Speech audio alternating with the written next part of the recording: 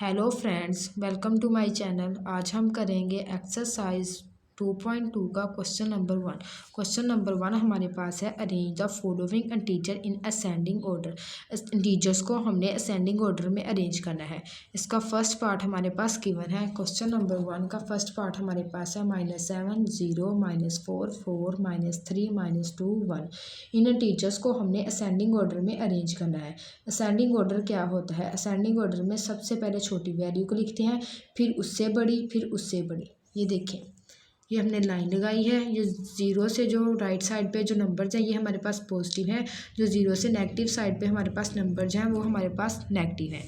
तो ज़ीरो और -1 में से हमारे पास बड़ा कौन सा है? ज़ीरो। -1 और 1 में से हमारे पास बड़ा कौन सा है? 1। पॉजिटिव में जो नंबर्स होते हैं वो बड़े होते हैं, नेगेटिव में जो नंबर्स होते हैं वो पॉजिटिव से छोटे होते हैं। अब इन नंबर्स में हमारे पास सबसे छोटा नंबर कौन सा है? -7। -7 से बड़ा कौन सा हमारे पास? -4। -4 से बड़ा हमारे पास क्या है? -2। -2 से बड़ा क्या है हमारे पास? 0। 0 से बड़ा कौन सा है? 1। 1 से बड़ा कौन सा है? 3। 3 से बड़ा कौन सा है? 4। हमने सबसे पहले छोटा नंबर लिखना था, फिर उससे बड़ा, फिर उससे बड़ा, फिर उससे बड़ा, फिर उससे बड़ा, फिर उससे बड़ा, फिर सबसे बड़ा। इसका सेकंड पार्ट हमारे पास गिवन है -1 -6 7 -3 0 6 17। इन नंबर्स में हमारे पास छोटा नंबर कौन सा है? -6। -6 से बड़ा हमारे पास -3 है, -3 से बड़ा -1 -1 से बड़ा 0 0 से बड़ा 6 6 से बड़ा 17 7 से बड़ा 17। अब क्वेश्चन नंबर 2 हमारे पास है, arrange the following integer in descending order. Integers को हमने डिसेंडिंग ऑर्डर में अरेंज करना है। डिसेंडिंग ऑर्डर क्या होता है? डिसेंडिंग ऑर्डर में ये होता है, पहले बड़ा नंबर आता है, फिर उससे छोटा, फिर उससे छोटा, फिर सबसे छोटा। हमारे पास क्वेश्चन नंबर 2 का फर्स्ट पार्ट हमारे पास गिवन है -4 -2 7 16 0 -1। इसमें हमने क्या करना है? सबसे पहले सबसे बड़ा नंबर लिखना है, फिर उससे छोटा, फिर उससे छोटा, फिर उससे छोटा। इन नंबर्स में हमारे पास सबसे बड़ा नंबर क्या है? 16।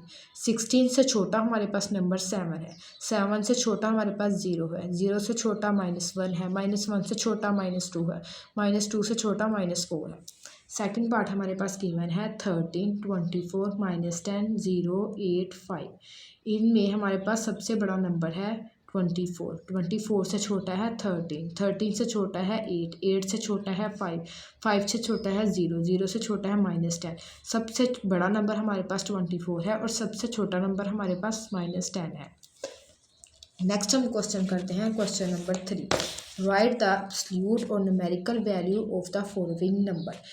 एब्सोल्यूट न्यूमेरिकल वैल्यू की डिफाइन कर लेते हैं। तो एब्सोल्यूट न्यूमेरिकल वैल्यू की डिफाइन हमारे पास ये है, एब्सोल्यूट वैल्यू और numerical value of a number is a distance from zero on the number line and it is always positive और ज़ीरो। तो absolute value of a number या numerical value of a number क्या होती है?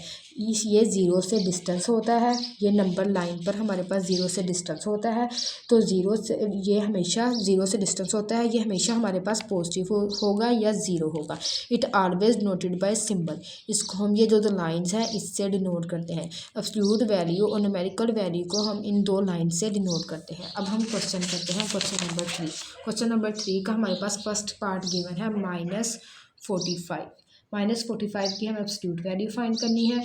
ये जो दो लाइंस हैं ये एब्सोल्यूट वैल्यू को डिनोट करती हैं और ये हमेशा पॉजिटिव में ही आएगा, नेगेटिव नहीं आएगा। एब्सोल्यूट वैल्यू में हमेशा पॉजिटिव होगा या ज़ीरो होगा, नेगेटिव नहीं होगा।